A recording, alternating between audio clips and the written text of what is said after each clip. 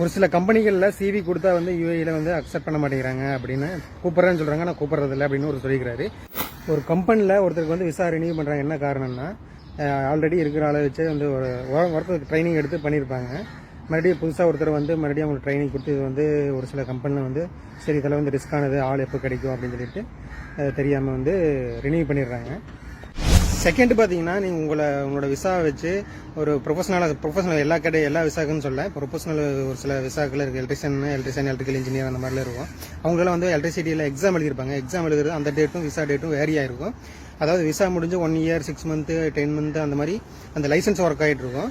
Licence வேலிடாக தான் இருக்கும். ஆனால் விசா மட்டும் முடிஞ்சிருக்கும். அவங்களுக்கெல்லாம் பார்த்தீங்கன்னா மறுபடியும் ஒரு ஆள் லைசன்ஸ் எடுத்து எக்ஸாம் எழுதி பாஸ் பண்ணி இது வந்து நடக்காத காரியம் இப்போதைக்கு அப்படின்ட்டு மறுபடியும் லைசன்ஸ் வந்து ரினியூ பண்ணுவாங்க.